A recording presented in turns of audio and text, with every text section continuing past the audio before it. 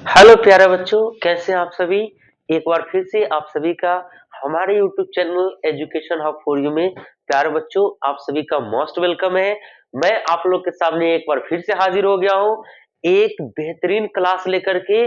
और प्यारे बच्चों, जैसा कि आप जानते हैं कि अब क्लास 10th का एग्जाम काफी नजदीक आ चुका है, तो प्यारे बच्चों मैं आपके लिए मॉडल सेट लेकर के आ गया हूँ।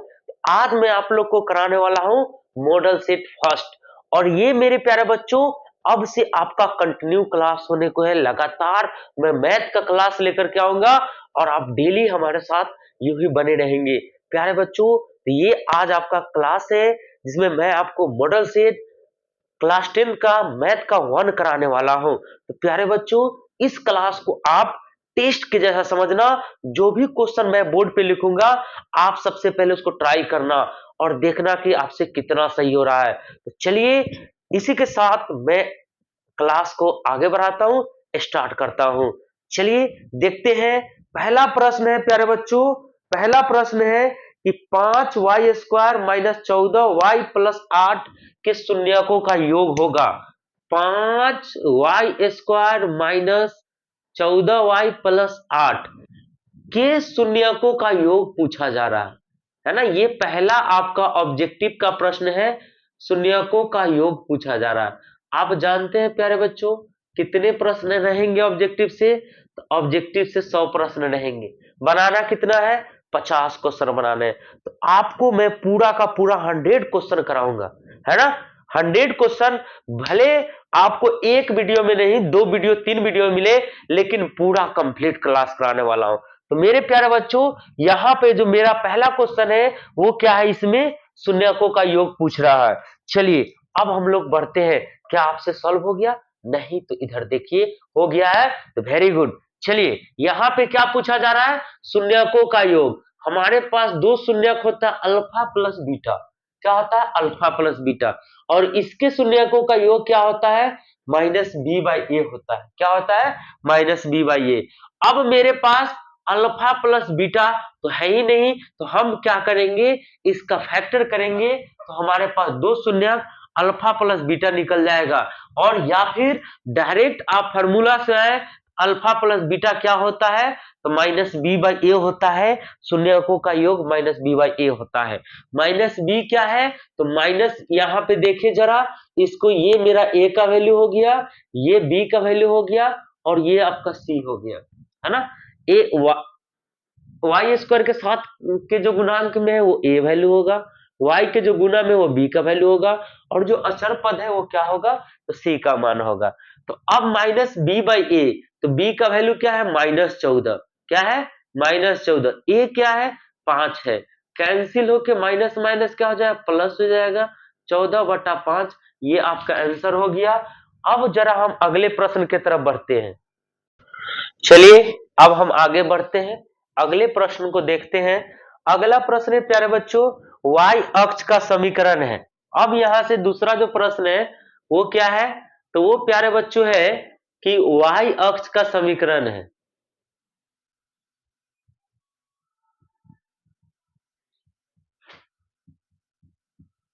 y अक्ष का समीकरण है। अब हमसे पूछा जा रहा है कि y अक्ष का समीकरण क्या है। चलिए हम इसके लिए आपको ऑप्शन बता देते हैं।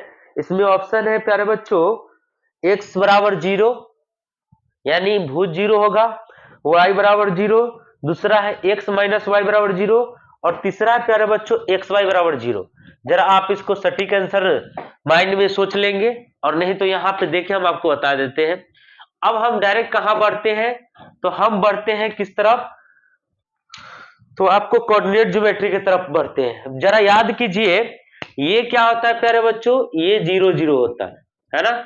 और यहाँ पे मेरा मूल बिंदु होता है, और ये क्या कहलाता है आपका एक्स अक्ष यानी भुज, और ये क्या कहलाता है वाई अक्ष। अब यहाँ इस पॉइंट पे एक्स अक्ष पे अगर कोई भी बिंदु होता है तो उसको क्या लिखते हैं, तो एक्स में होता है लेकिन वाई 0 होता है।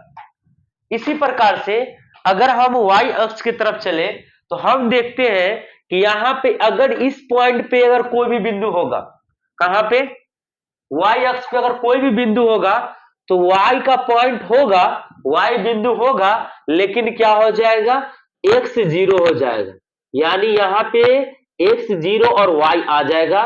तो मेरे प्यारे बच्चों y अक्ष का समीकरण क्या होगा, तो यानी कि x 0 होगा, है ना, क्या होगा, x 0, यही आपका सही जवाब है। अब हम बढ़ते हैं तीसरे प्रश्न पे। मेरे प्यारे बच्चों आप दो तरीके से इसको लिख सकते हैं, एक तो या तो आप स्क्रीनशॉट ले ले, और नहीं तो सबसे बेस्ट तरीका है कि आप कॉपी पेन लेकर के बैठे और एक एक प्रश्न को हल करें और अच्छे से क्वेश्चन को समझे। चलिए हम बढ़ते हैं। तीसरा प्रश्न है आपके लिए 2 cos 37 और sin 53 का मान, है ना। तीसरा प्रश्न क्या है, 2 cos 37 बटा sin 53 का मान होगा। ये आपको बताना है कि 2 cos 37 और sin 53 का मान क्या होगा, है ना। 2 cos 37 या फिर sin 53 का मान क्या होगा। अब जरा इसको आप सॉल्व करके बता दे, है ना, फटाक से। चलिए अब हम देख लेते हैं, बढ़ते हैं अगले प्रश्न की तरफ, इसको मिटा देते हैं।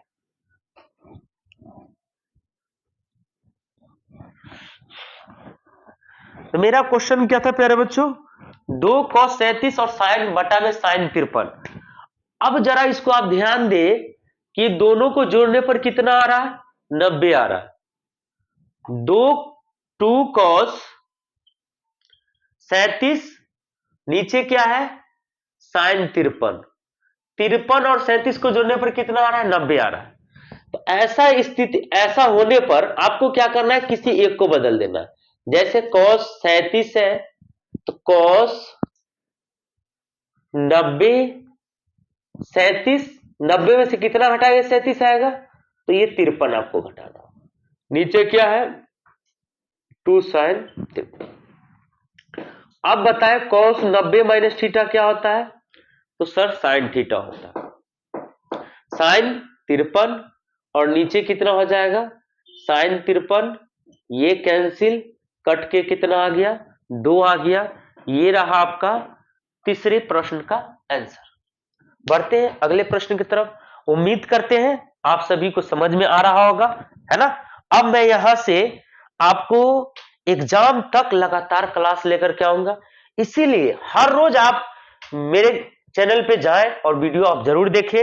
और मैं आप लोग को एक इंफॉर्मेशन देना चाहता हूं, एक गुड न्यूज है कि जल्द, यानी कि कुछ ही दिनों में आप लोग के बीच में मैं लाइव क्लास लेकर के आने वाला हूं, इसीलिए वो दिन दूर नहीं है, जल्द हम लोग अब लाइव क्लास करेंगे। चलिए तो अब हम बढ़ते हैं अगले प्रश्न की तरफ, और मेरा अगला प्रश्न है कि निम्न में sin 60 के मान के बराबर क्या है। ये तो एकदम वेरी सिंपल क्वेश्चन है, आपसे पूछ रहा है sin 60 का मान क्या होगा। तो आप तो जानते हैं क्या होता है, √3/2 होता है।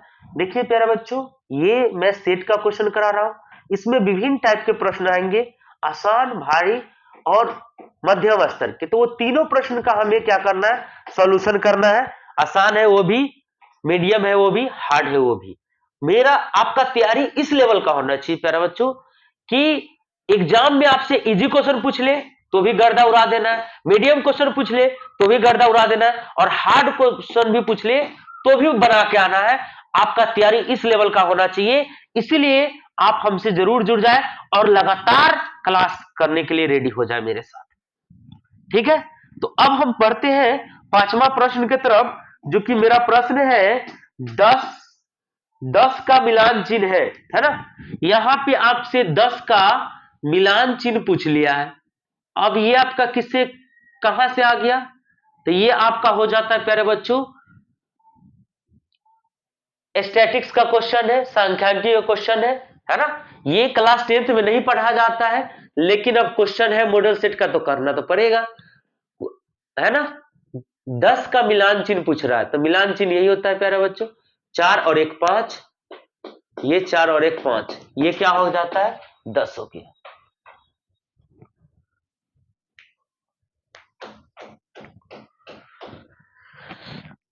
चलिए अब बढ़ते हैं अगले प्रश्न की तरफ।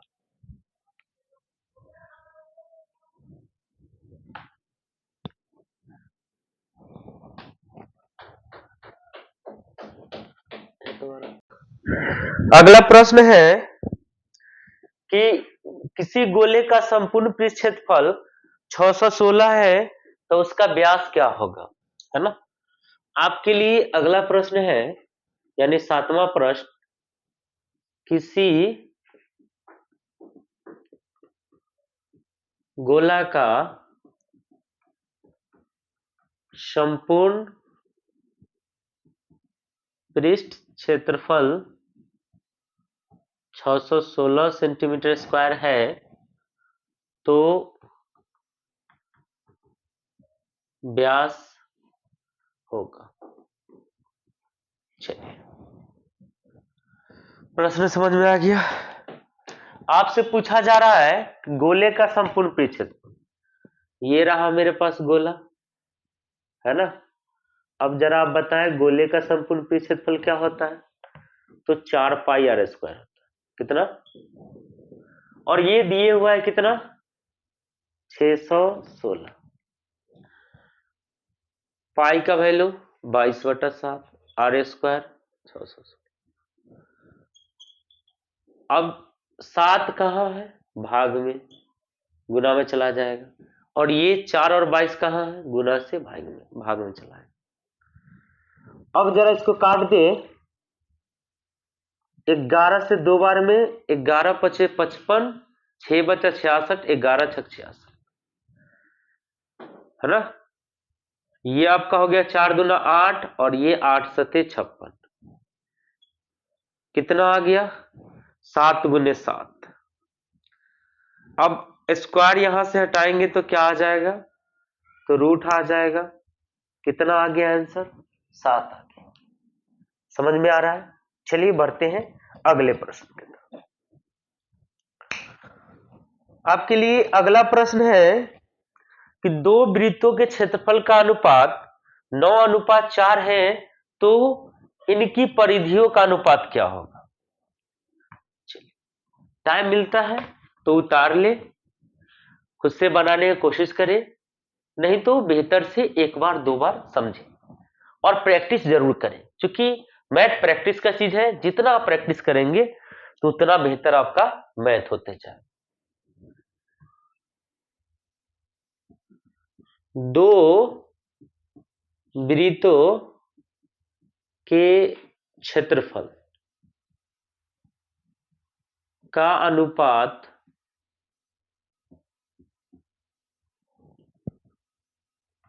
9:4 है तो परिधियों का अनुपात बता।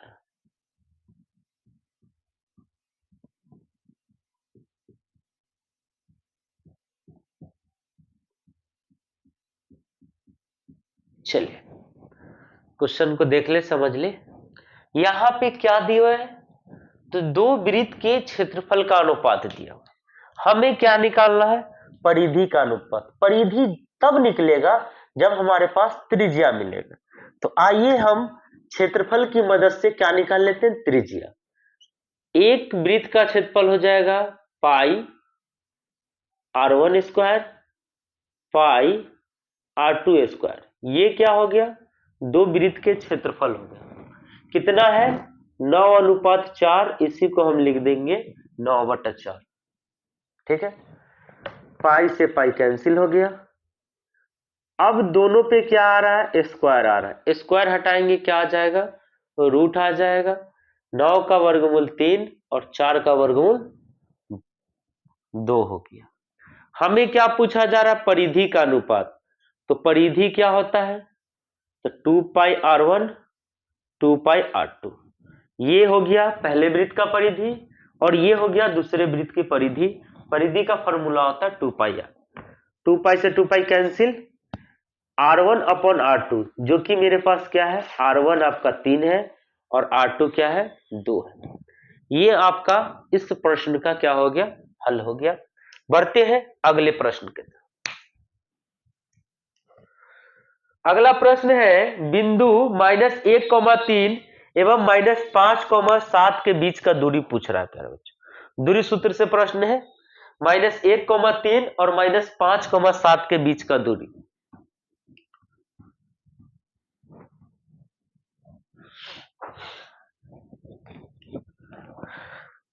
अगला प्रश्न है कि बिंदु -1,3 एवं 5,7 के बीच की दूरी होगा, है ना। अब हमें क्या निकालना है, दूरी सूत्र। तो मेरे पास एक पॉइंट ए हो गया और एक पॉइंट बी हो गया। ए को लिख देते हैं -1,3 और बी को लिख देते हैं 5,7। अब दूरी सूत्र को याद कीजिए फॉर्मूला।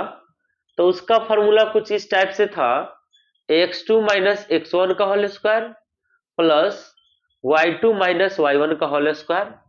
इसको याद रख लें। x2 क्या हो जाएगा, तो 5 है। x1 क्या हो जाएगा, -1 है। 5 माइनस और x1 -1 इसका होल स्क्वायर, है ना। कोई दिक्कत। y2 मेरे पास 7 है, y2 क्या है, 7 है और y1 3 है, इसका होल स्क्वायर। तो क्या हो जाएगा, 5 + 1 का होल स्क्वायर। इधर क्या हो गया, 7 - 3 तो किसका हो गया, 4 का होल स्क्वायर। 5 + 1 6 का होल स्क्वायर और प्लस में 4 का होल स्क्वायर। कितना हो जाएगा, 6 का स्क्वायर 36, 4 का स्क्वायर 16, कितना हो जाएगा 52। 52 का जब हम फैक्टर करेंगे तो ये आएगा 13 चौक 52। 4 का वर्गमूल कर दे तो 2√13, है ना। तो ये आपका क्या हो गया, इस प्रश्न का हल हो गया। एक एक स्टेप वाइज क्लियर है प्यारे बच्चों। मैं एकदम स्टेप बाय स्टेप चलेंगे ताकि मेरे जो कमजोर बच्चे हैं, जिनको प्रॉब्लम होता है मैथ में, वो भी आसानी से सीख पाए, है ना। चलिए अब बढ़ते हैं अगले प्रश्न की तरफ। इसको नोट डाउन कर लेंगे या फिर स्क्रीनशॉट ले लें। एक घन का आयतन 4744 सेंटीमीटर क्यूब है, तो इसका पृष्ठ क्षेत्रफल क्या होगा। चलिए बढ़ते हैं अगले तरफ, क्वेश्चन की तरफ।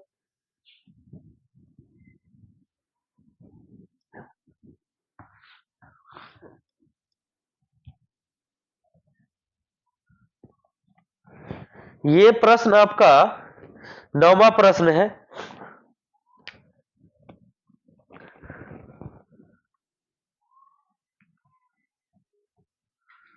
एक घन का आयतन 2744 सेंटीमीटर क्यूब है, तो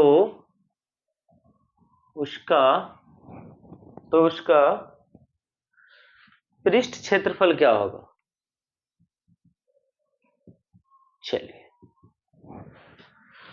अब अगला प्रश्न है प्यारे बच्चों, एक घन है जिसका आयतन 2744 सेंटीमीटर क्यूब है, तो उसका पृष्ठ क्षेत्रफल पूछा जा रहा है। हम डायरेक्ट घन के फॉर्मूला की तरफ चले। तो घन का आयतन होता है भुजा क्यूब, या इसी को हम क्या लिख देते हैं, ए क्यूब लिख देते हैं, ए क्यूब। तो ये घन का आयतन का फॉर्मूला हो गया, जो कि कितना है यहाँ पे 2744, है ना। अगर यहां से आप क्यूब हटाएंगे तो ये क्या हो जाएगा, क्यूब रूट हो जाएगा। घन हटाएंगे तो ये घनमूल हो जाएगा। अब हमें क्या निकालना है, 2744 का घनमूल निकालना है। अब फटाफट इसको क्या कर ले, फैक्टर कर ले। कितना से हो जाएगा, 7 दूनी 9, 4 13 17, है ना। 2 से पहले लगा देते हैं, कितना बार हो जाएगा, 13 दूनी 26, एक बचा 14, दूसरा 14, 2 दूनी 4, फिर 2 से 6 दूनी 12, एक बचा 17, 2 8 16, एक बचा 12, 2 6 12, फिर 2 से 2 3 6, 2 चौक 8 और ये हो गया 2 3 6। यहां से आपका 7 से लगेगा, 7 चौक 28, 7 चौक 28, 6 बचा 63 और 17वां 63 और ये हो गया 7 7 49। अब आप क्या देख रहे हैं, ये 2 3 है और 7 भी कितना बार है, 3 बार है। इसको ऐसे लिख सकते हैं 2 के पावर 3, 7 के पावर 3। यहाँ 2 का कितना पेयर है, 3 का, तो एक 2 बाहर निकल जाएगा और इधर से 1 7 बाहर निकल जाएगा। क्या आ गया, 14। ये क्या आया प्यारे बच्चों, घन का भुजा आया। हमें क्या निकालना, पृष्ठ क्षेत्रफल। तो घन का पृष्ठ क्षेत्रफल का फॉर्मूला बताएं। घन का पृष्ठ क्षेत्रफल होता है 6 गुने ए स्क्वायर, यानी 6 गुने ए का वैल्यू कितना है, 14। 14 का स्क्वायर बताएं, 196। 6 36 के 6 हासिल 3, 9 6 54, 54 3 57, 7 हासिल 5, 6 6 5 11। 1176 प्यारे बच्चों इस प्रश्न में क्या हो गया, हल हो गया, है ना। कितना हो गया, 1176 सही जवाब है। हम थोड़ा ऑप्शन चेक कर रहे थे कि सही आया है कि नहीं। बिल्कुल सही जवाब है, आप इसको नोट डाउन कर ले, ठीक है। चलिए अब हम अगले प्रश्न की तरफ बढ़ते हैं।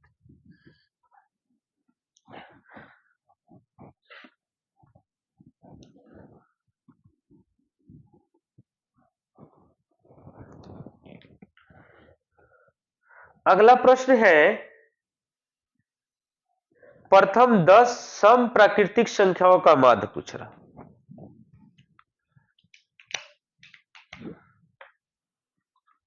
प्रथम 10 सम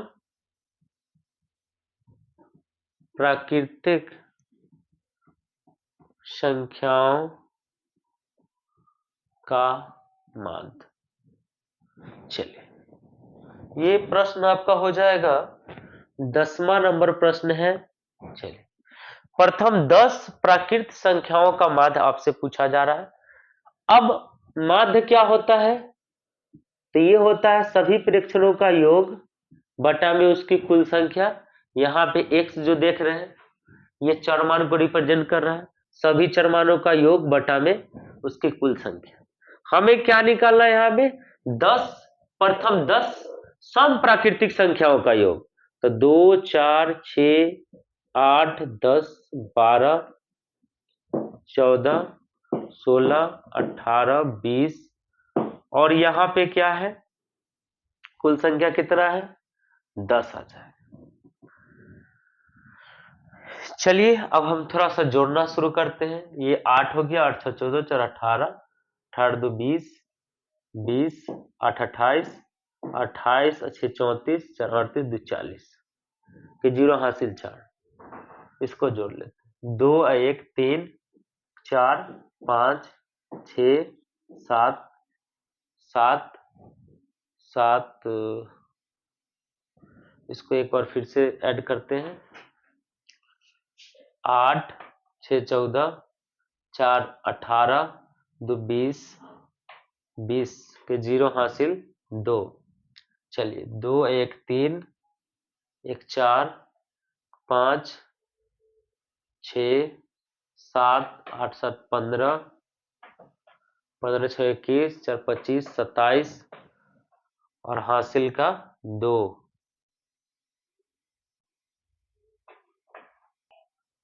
चलिए इसको हम जोड़ते हैं, 8 6 14 4 18 2 20, 20 8 28 34 38 2 40, 40 के 0, है ना। कितना आ गया हासिल, हासिल 4 आ गया। अब जोड़, 2 1 3 1 4 1 5 6 7 7 और हासिल का 4 11 और बटा में कितना 10, कट गया, कितना आ गया आंसर 11 आ गया। एक तरीका और है प्यारे बच्चों जो डायरेक्ट इसको सॉल्व कर सकते हैं। आपसे अगर क्वेश्चन आता है प्रथम करके कुछ भी, प्रथम 5 सम प्राकृतिक संख्याओं का माध्य, प्रथम 7 सम संख्याओं का माध्य, तो आपको डायरेक्ट आंसर हो जाएगा प्यारे बच्चों n+1। जैसे अब हम इससे बनाते हैं, यहाँ पे क्या था, प्रथम 10 सम प्राकृतिक संख्याओं का माध्य, तो n का वैल्यू क्या हो गया 10 प्लस का 1, ये कितना आ गया 11 आ गया। तो आप इसको भी याद रख सकते हैं और नहीं तो ये तो मेरा खानदानी फार्मूला है ही है जिससे हम बनाते हैं। चलिए बढ़ते हैं अगले प्रश्न की तरफ। ठीक 4:24 अपराह्न पर घंटे की सुई दोपहर के बाद कितने डिग्री पर घूम जा सकती है?